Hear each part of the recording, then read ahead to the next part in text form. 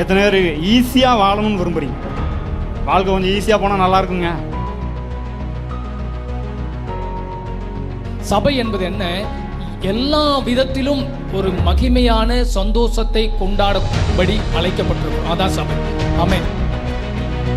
இந்த இடம் போதாத அளவுக்கு ஆண்டவர் 1000 மடங்கு பெருகச் செய்வார். அவர் அழைத்த அழைப்பும் கிருபா வரங்களும் மாறாதவைகள்.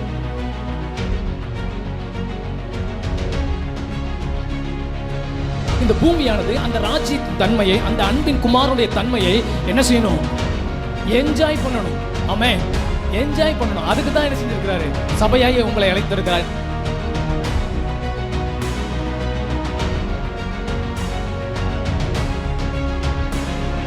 உலகம் முழுவதும் சாத்தியமற்ற காரியங்களை செய்யும்படிக்கு உங்களை அழைத்திருக்கிறார். அதுக்கு தான் பரிசுத்த ஆவியானவர் உங்களோடு இருக்கிறார்.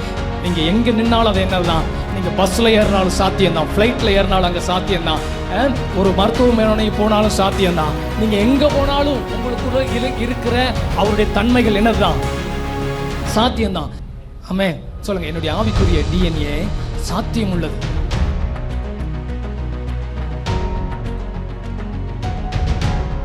நான் சொன்னேன் இல்லையா, கிருபை என்ன தெரியுமா?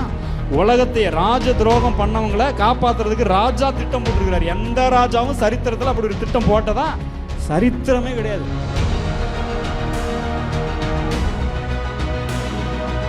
கிறிஸ்துவோடு இணைய வேண்டும், கிறிஸ்துவை அனுபவிக்க வேண்டும். அதற்கு தான் இந்த சபை.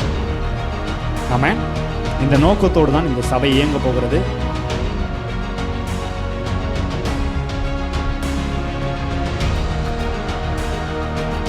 ராஜாவினுடைய பிள்ளை யாரு? அடுத்த ராஜா. எல்லாரும் சொல்லுங்க, நான் ஒரு ராஜா. ஆமென். உங்களை எல்லாரையும் இயேசு ராஜாவாக மாற்றிருக்கிறார். ஆமென். ஒருவேளை இயேசுவை ஏற்றுக்கொள்ளாம இருக்கீங்கன்னா சொல்றேன், இவரை ஏத்துக்கிட்டீங்கன்னா நீங்களும் ராஜா. உங்களுக்காக உயிரையே கொடுத்த ஒரு ராஜா. ஆமென்.